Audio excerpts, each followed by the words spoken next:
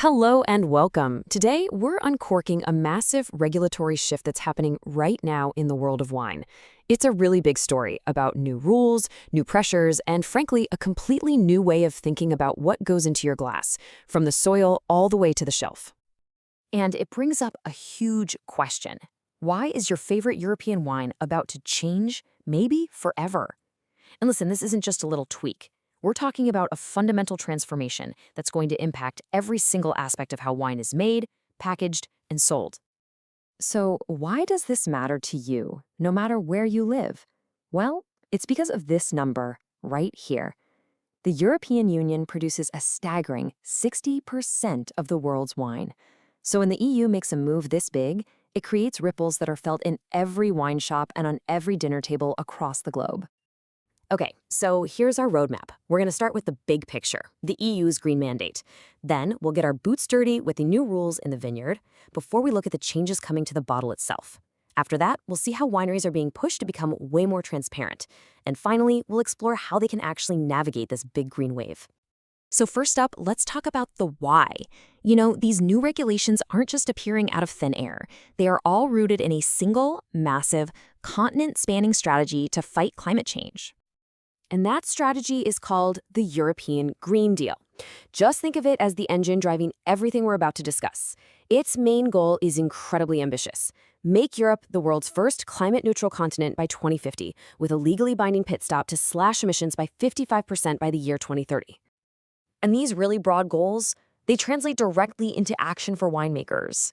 The Green Deal targets key areas that are absolutely central to the wine industry, from creating sustainable food systems and preserving biodiversity to eliminating pollution and shifting to a circular economy where waste is minimized. This brings us to our first major impact zone, the vineyard itself.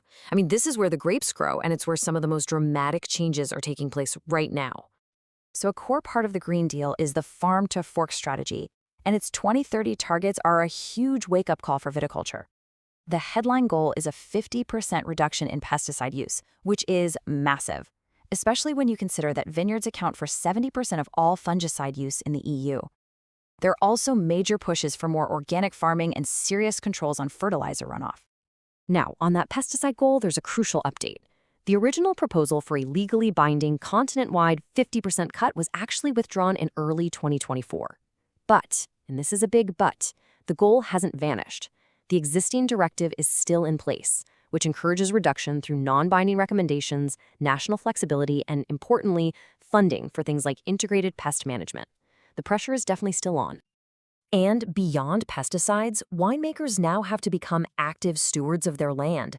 The biodiversity strategy actually requires them to create features like hedgerows and buffer zones. And at the same time, the Water Framework Directive sets a hard deadline of 2027 for all water sources to be in good status, which means every drop used for irrigation has to be accounted for and runoff has to be prevented. Okay, so the changes don't stop at the edge of the vineyard. They follow the grapes all the way into the final product, the bottle. A real revolution is underway in packaging, waste, and the information you get as a consumer. This is the new Packaging and Packaging Waste Regulation, or PPWR, and it gets real in August 2026.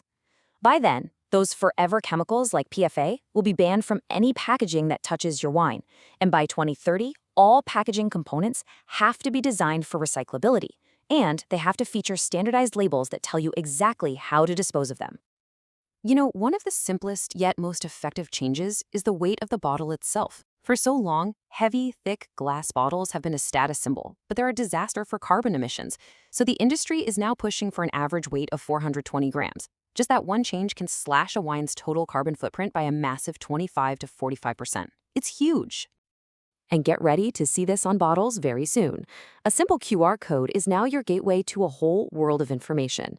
Thanks to a new regulation, scanning that code must give you access to a full ingredient list, mandatory nutritional info like calories, and crystal clear allergen warnings.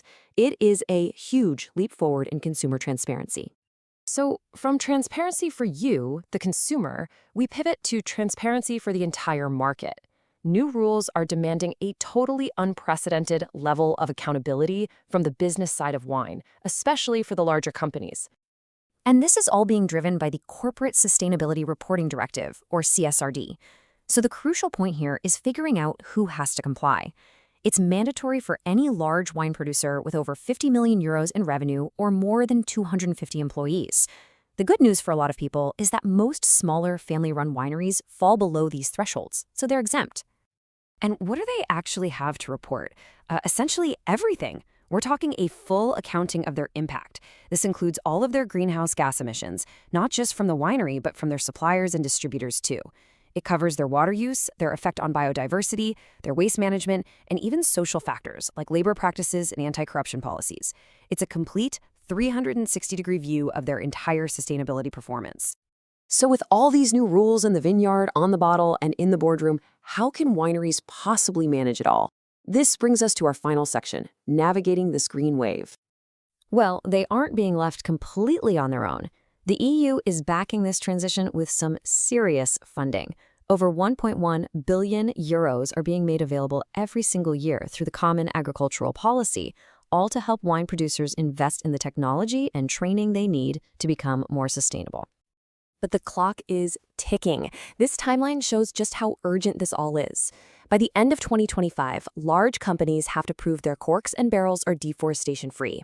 In August 2026, those new packaging rules kick in. By the end of 2027, water systems must be compliant, and then 2030 is the big deadline for those huge farm-to-fork targets. To put it all in perspective, this quote from the EU Wine Sustainability Index really just sums it all up. The European wine sector is now operating under the most comprehensive and demanding sustainability framework anywhere on the planet. It truly is a paradigm shift. Which leaves us with one final thought to ponder. Are we witnessing a green wave that's going to lift the entire industry to a cleaner, more sustainable future? Or is this a bureaucratic tsunami that could overwhelm producers, especially the smaller ones? The answer is really going to define the next chapter for the world of wine.